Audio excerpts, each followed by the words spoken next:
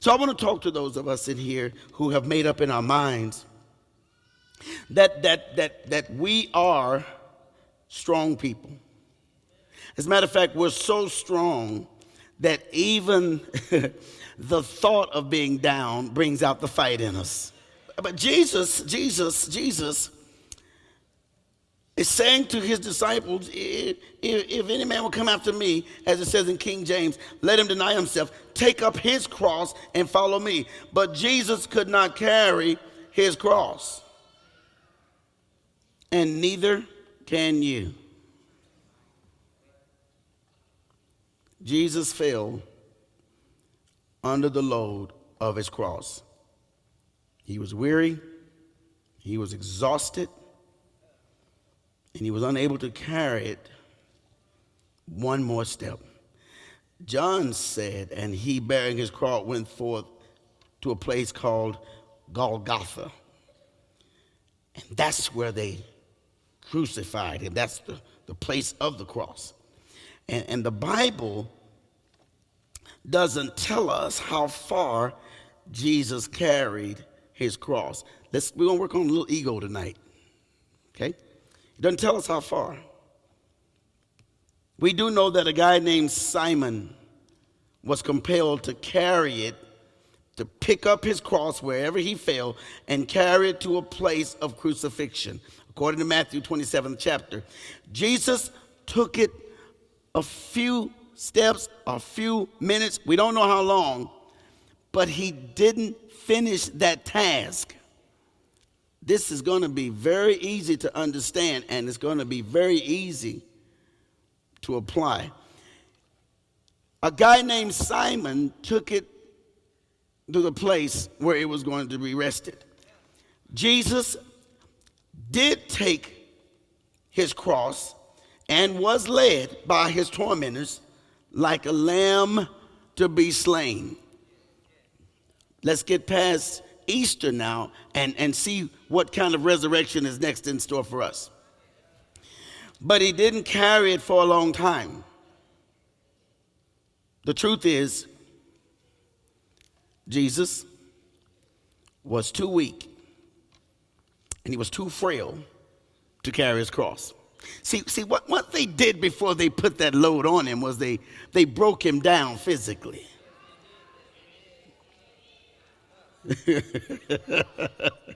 Yeah.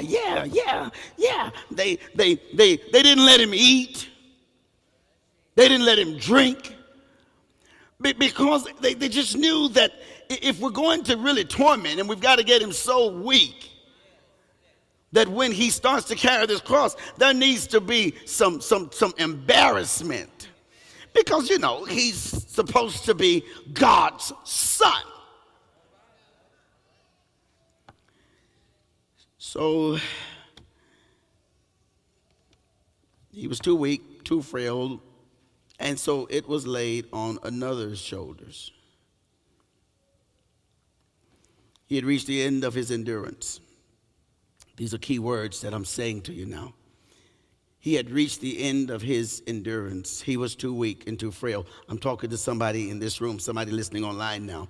You started out, no, I'm good, I'm straight, I'm in the Lord, I'm with the church, I'm never, and all of a sudden you got weak. You just got weak, you got frail. No one could look at you and tell, but that's because they didn't see your cross.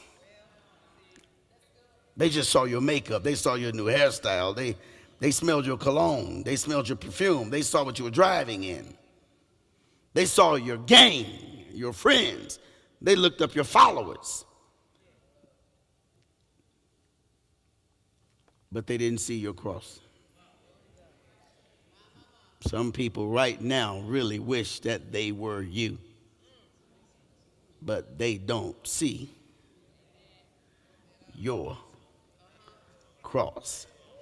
They don't know where you're weak, and they don't know why you're frail. You have talent that everyone wished they had, but you have weaknesses that no one else knows about.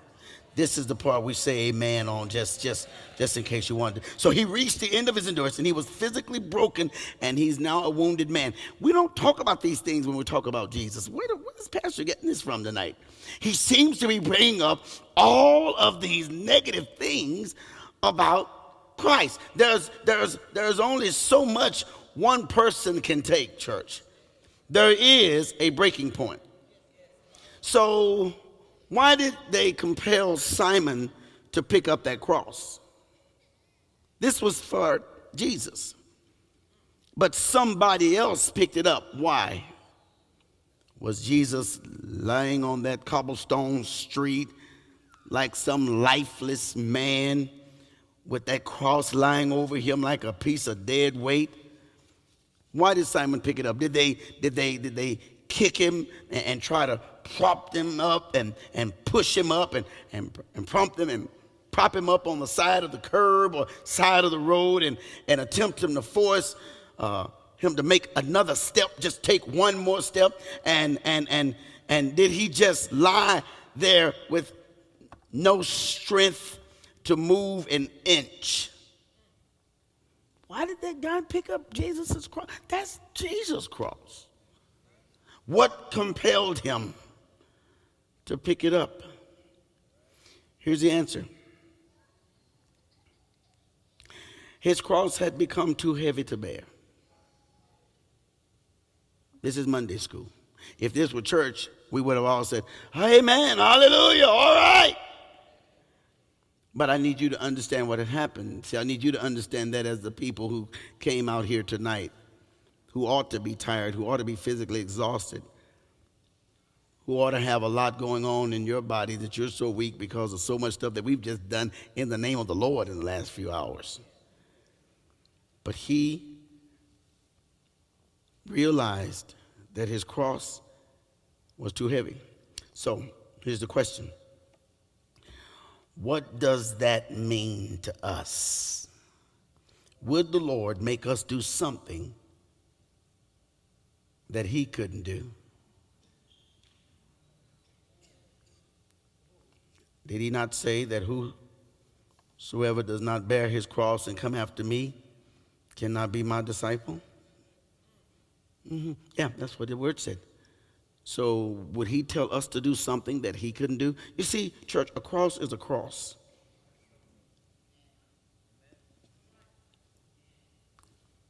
If it's wooden or if it's spiritual, it's still a cross. And it's not enough to say his cross was different. It's not enough to say our cross is spiritual. Personally, and you don't have to agree with this, but personally, it gives me great hope to know that Jesus could not take up his cross. See, it encourages me to know that I am not the only one burdened down to the ground at times. It encourages me to know that I'm not the only one who's unable to go under my own strength. See, this was messing me up because I'm trying to be like him. But I can't be like him because my crosses get too heavy. But when I look at him, he's saying, look at me. Y'all don't.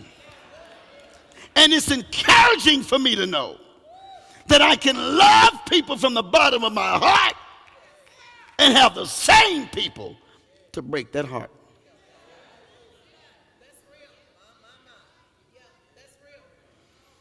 If we're going to identify with this crucifixion, we have to identify with the steps that led to the cross.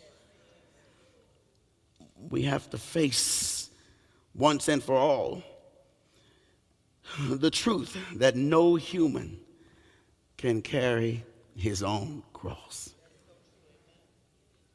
Wow. What a very serious reality check tonight. Now, I don't want you to be like me, but I want you to don't look for some hidden interpretation here. You know, don't look for some, oh, come on, Doc, you're going to tell us something. No. No, Jesus knew exactly what he was saying when he called us to take up our crosses and follow him. He remembers his cross. He remembers that another had to carry it for him.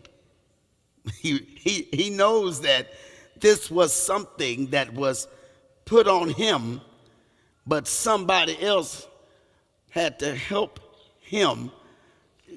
Y'all don't. He remembers his cross, and so why then would he ask us to shoulder crosses, and he knows that those crosses will soon crush us to the ground?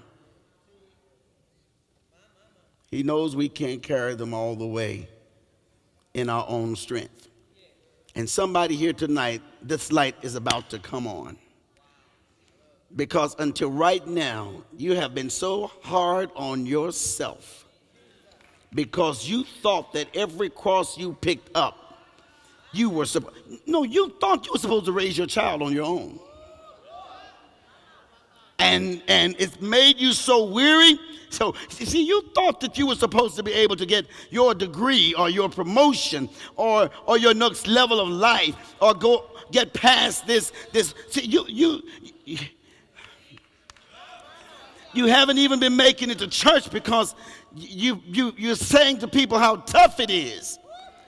And God is saying to you, I've got help for you, but you won't let us pick it up because you've had the wrong idea of who he was. He knows all about the agony. He knows all about the helplessness and the burden that a cross creates. A cross, y'all, creates agony. Whatever your cross is, it has created agony for you. Whatever it is. Now, if I were someone, I wouldn't, I don't know if I'd say amen right now because part of yours is making other people think that you don't have any agony. And today you may not. Today could be one of the happiest days of your life. But then there's tomorrow. And there's a place for that cross. So let's not look for any hidden interpretation here. There is a truth that we must uncover, though. And it's a powerful truth. It's so powerful and it's so edifying, which means it just really builds me up and it builds us up. It could change the way you look at all of your troubles and your hurts from now on. Are y'all still with me? There is a truth here. Now, before I get to that, do you understand how we got to where we are right now? Jesus is saying to his disciples, if you're gonna follow me, you can't be in the driver's seat. You can't. So you're gonna have to follow me and do it the way I say do it. And I want you to watch my life pattern. Now we like the laying hands on people. We like that part. We like the walking on water. We like speaking life, and we like that part. But we get to this cross part, we just kind of, let's help him get to the resurrection. He said, wait a minute. See, you're not having any more testimonies of resurrection because you're denying the weight of this cross.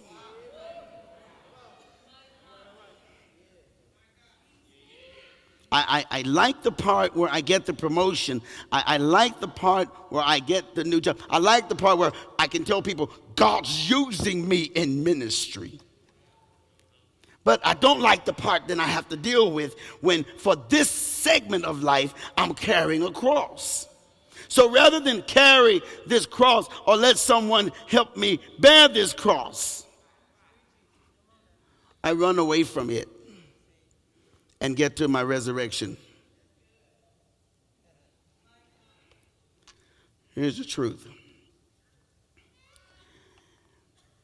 Troubles hurt.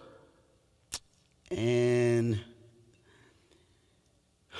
what this means to us today is, as the Bible speaks, Jesus is really touched by the feelings of our infirmities. He's touched by the things that we must experience. He's touched by what makes us weak. He's touched by what discourages us. And he understands that we are unable to go on without help. Guys, just think for a minute now. Let's think for a minute. Why are we here tonight? Did you just have nothing else to do? Have you ever just decided, today I'm just going to go to the doctor's office and just let them do something? No, generally you're doing okay, and then something happens and you say, after you've taken all your, I don't know, we got a lot of stuff we take now. Amen. Instead of the church being IBOC, we might need to change this to GNOC or something, because we got vitamins and things. But at some point, you get to the point where you say, I've done all I can do. I need to now take everything that's bothering me and give it to someone that God is blessed to help me. Every one of you in this room, God has given you something to help somebody else.